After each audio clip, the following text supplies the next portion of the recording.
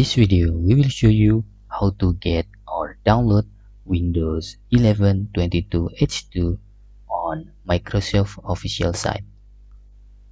In here, first you need to open this link.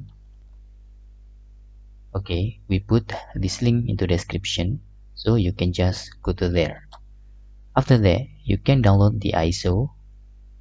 In below page, please scroll down, and in the select edition, you need to select this is the last for 22H2, that is build 22.6.21.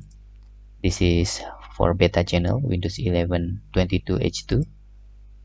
You can click confirm. Then you need to download with the language you want. For example, I'm using English United States, and you can click confirm.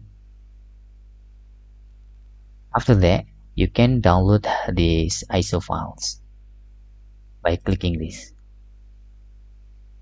For example, I will download this. Okay, like this. Hope this video helpful for you, and if you any question, you can fill in the form comment.